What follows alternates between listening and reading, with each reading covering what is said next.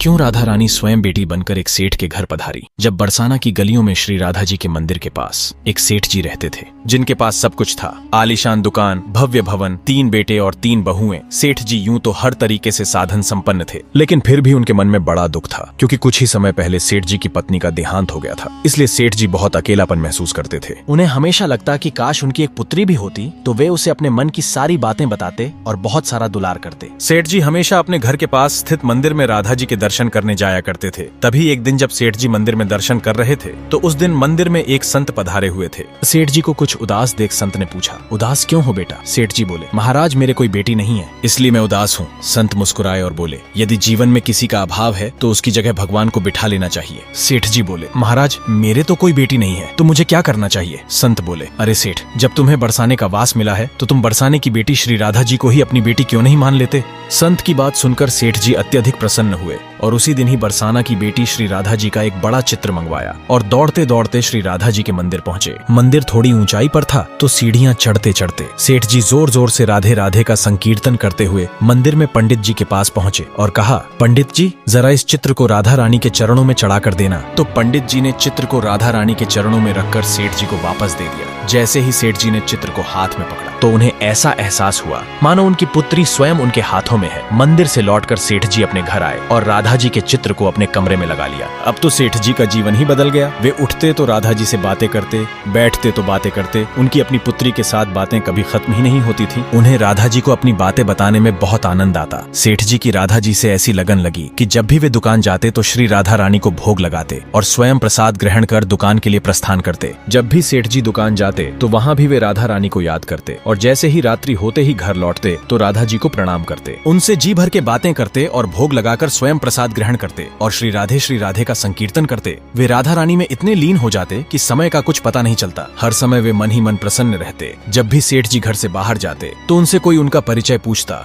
तो सेठ जी कहते, 3 बहु बेटे हैं, घर में सुख सुविधा है पूरी, संपत्ति भरी भवन में, रहती नहीं कोई मजबूरी, कृष्ण कृपा से जीवन पथ में आती ना कोई बाधा, मैं बड़भागी पिता हूँ, मेरी बेटी है श्री राधा। इस प्रकार सेठ जी हर वक्त सिर्फ राधा राधा का स्मरण करते रहते थे। वे राधा राधा का स्मरण करते बिल्कुल भी नहीं थकते। तभी कुछ दिन बाद सेठ जी के घर एक चूड़ी पहनाने वाली मनिहारीन आई। तो राधा जी ने देखा कि आज हमारे पिता के घर में चूड़ी पहनाने वाली आई है, तो मैं भी जाकर चूड़ियां पहन लेती हूँ। जैसे ही श्री राधा जी ने मनिहारिन को देखा तो सोचा कि मुझे भी चूड़ियां पहननी है। तभी तीनों बहुओं ने बारी बारी से जाकर मनिहारिन से चूड़ियां पहन ली। तीनों बहुओं के चूड़ियां पहनने के बाद श्री राधा जी एक छोटी बच्ची के रूप में प्रकट हो गई और मनिहारिन ने जब राधा जी का स्वरूप देखा तो वह उन्हें देखते ही रह गई। तभी राधा जी मनिहारिन के पास आकर बोली, मैया मुझे भी चूड़ी पहनाओ। मनिहारिन ने सोचा इनके घर में कोई मेहमान आया होगा। यह सोचकर मनिहारिन ने राधा जी को भी चूड़ियां पहना दी और श्री राधा जी चूड़ियां पहनकर सेठ जी के कमरे में जाकर अंतर्ध्यान हो गई। सभी को चूड़ियां पहनाकर मनिहारिन हमेशा की तरह चूड़ियों का पैसा लेने सेठ जी की दुकान पर चली गई।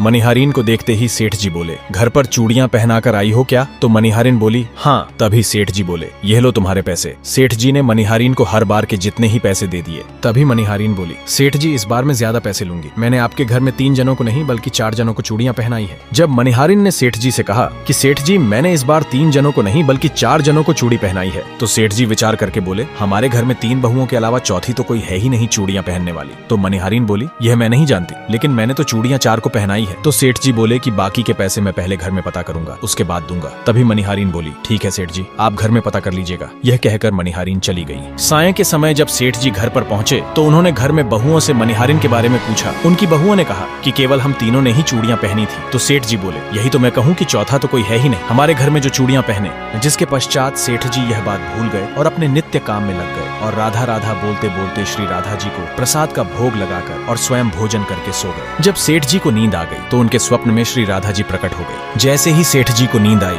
तो उनके स्वप्न में श्री राधा जी प्रकट हो गई। सेठ जी को राधा जी बहुत उदास दिखाई दिए, उनकी आंखों से आंसू गिर रहे थे। तभी सेठ जी ने राधा जी से पूछा, बेटी उदास क्यों हो? तो श्री राधा जी बोली, आज मेरा मन बहुत दुखी है। मैंने आज अपने पिता का घर समझकर यहाँ उस मनिहारिन से चूड़ियां पहनी थी, परंतु आपने उस मनिहारिन को मेरी चूड़ियों का कोई मोल नहीं चुकाया। पिताजी आपने मुझे बेटी तो बना ली, परंतु आपको मेरी याद नहीं आई, आपने मुझे भुला दिया, जिसके कारण मैं आपसे बहुत दुखी हूँ। यह सुनकर सेठ जी सपने में ही रोते हुए बोले, बेटी मुझे क्षमा कर दो, मुझसे बहुत बड़ी भूल हो गई। सेठ जी तुरंत नींद से उठकर बैठ गए। इस हुई भूल के कारण उनकी भी आंखों से आंसू आने लगे और सेठ जी उठकर तुरंत तिजोरी में से पैसे निकाले और रात में ही मनिहारीन के घर की तरफ चल दिए। और मनिहारीन के घर के आगे पहुंचते ही घर का दरवाजा खटखटाया। जैसे ही सेठ जी ने मनिहारीन के घर का दरवाजा खटखटाया तो दरवाजा खोलते ही सेठ जी को सामने खड़ा देखकर मनिहारीन बोली, सेठ जी आप इतनी रात को। सेठ जी को अपने घर पर देखकर मनिहारीन चौंक गई क्योंकि सेठ जी की आंखों से आंसू गिर रहे थे। तभी सेठ जी ने मनिहारीन से कहा, तुम्हारे जैसा भाग्यशाली कोई नहीं है। तो सेठ जी की बात सुनकर मनिहारीन बोली, सेठ जी आपको क्या हुआ? तो सेठ जी बोले, मैंने राधा जी को अपनी बेटी बनाई थी, परंतु मैंने कभी अपने नेत्रों से उन्हें नहीं देखा, लेकिन तुमने आज उन्हीं राधा जी को अपने हाथों से चूड़ियां पहनाई है। आज तुम्हारे जितना भाग्यशाली इस धरती पर कोई नहीं है। तो मनिहारीन बोली, सेठ जी मुझे तो लगा कि वो आपके मेहमान है, बस यही समझकर मैंने उसे भी चूड़ियां पहनाई थी। तो सेठ जी बोले, मैं तुम्हें अपनी पुत्री को पहनाई हुई चूड़ियों का मूल्य चुकाने आया हूँ। यह कहकर सेठ जी ने पैसों से भरे हुए थैले को मनिहारीन के सामने रख दिया और कहा, इसमें से जितना मन करे उतने पैसे निकाल लो। जब सेठ जी मनिहारीन को राधा जी को पहनाई चूड़ियों का मोल चुकाने गए तो सेठ जी ने मनिहारीन को पैसों से भरे थैले को दे दिया। जिसके पश्चात मनिहारीन सोचने लगी कि स्वयं राधा जी उससे चूड़ियां पहनने आई थी तो उसकी आंखों से भी आंसुओं की धारा बहने लगी। साथ ही मनिहारीन मन ही मन खुशी से झूम उठी और मनिहारीन ने सेठ जी से कहा, सेठ जी